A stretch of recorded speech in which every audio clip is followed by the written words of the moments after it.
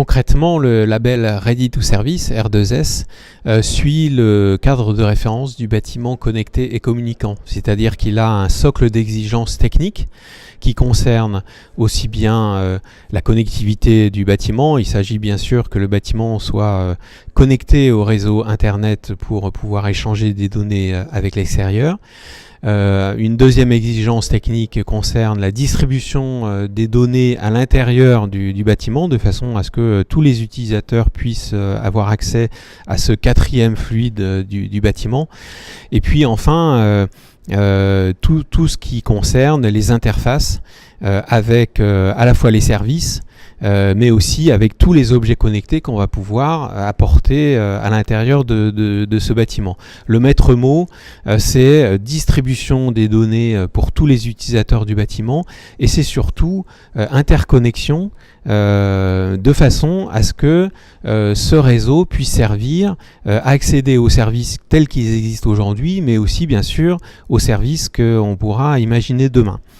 Cet étage technique, en quelque sorte, est complété par un étage organisationnel avec des exigences sur la sécurité numérique. On imagine bien qu'à partir du moment où on ouvre le système de données du bâtiment, il y a des risques d'intrusion malveillante, et donc il s'agit bien sûr, il y a des solutions pour ça, de protéger le bâtiment, de protéger les réseaux, mais également dans la droite ligne des nouvelles réglementations européennes, la RGPD, il s'agit bien sûr de protéger les données des personnes. Et là, le maître mot, c'est l'assentiment. C'est-à-dire qu'on va demander à ce qu'il y ait un contrat entre les utilisateurs de bâtiments et le propriétaire, de façon à statuer sur la propriété des données, mais aussi et surtout sur leur utilisation. On n'impose pas particulièrement que les données soient fermées ou soient ouvertes.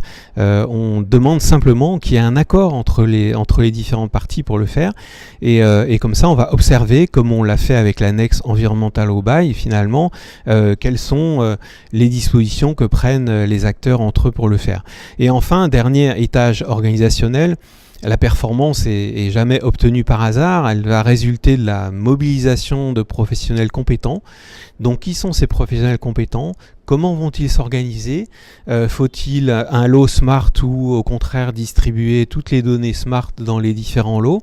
Il va falloir prendre tout ça en compte de façon à ce que les opérations atteignent effectivement les niveaux de performance qu'on en attend. Le résultat, ce sont des services.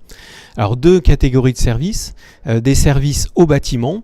Alors on va trouver la traditionnelle pilotage énergétique du bâtiment, les lumières, les vues, la qualité de l'air intérieur, mais aussi bien sûr les accès, la sécurité, un certain nombre d'éléments de ce type-là, mais aussi des services évidemment aux occupants. Et c'est là où on s'attend à avoir une explosion de nouveaux services qui vont apparaître à partir du moment où le bâtiment devient une plateforme de services, un peu à l'image des smartphones. Eh bien, nul doute que des développeurs, à la fois d'objets connectés, mais aussi de services en ligne, vont imaginer des services nouveaux au grand bénéfice, bien sûr, des utilisateurs.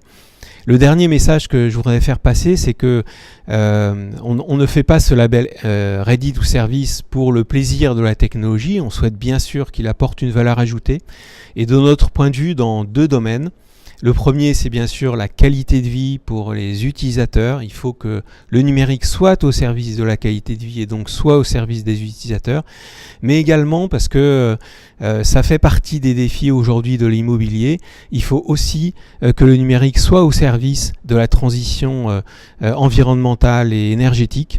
Et c'est possible de concilier ces trois aspects, donc, et le label R2S a cette ambition d'accompagner les acteurs de l'immobilier à la fois dans la transition numérique, mais aussi au bénéfice de la qualité de vie des utilisateurs et de la transition énergétique et environnementale.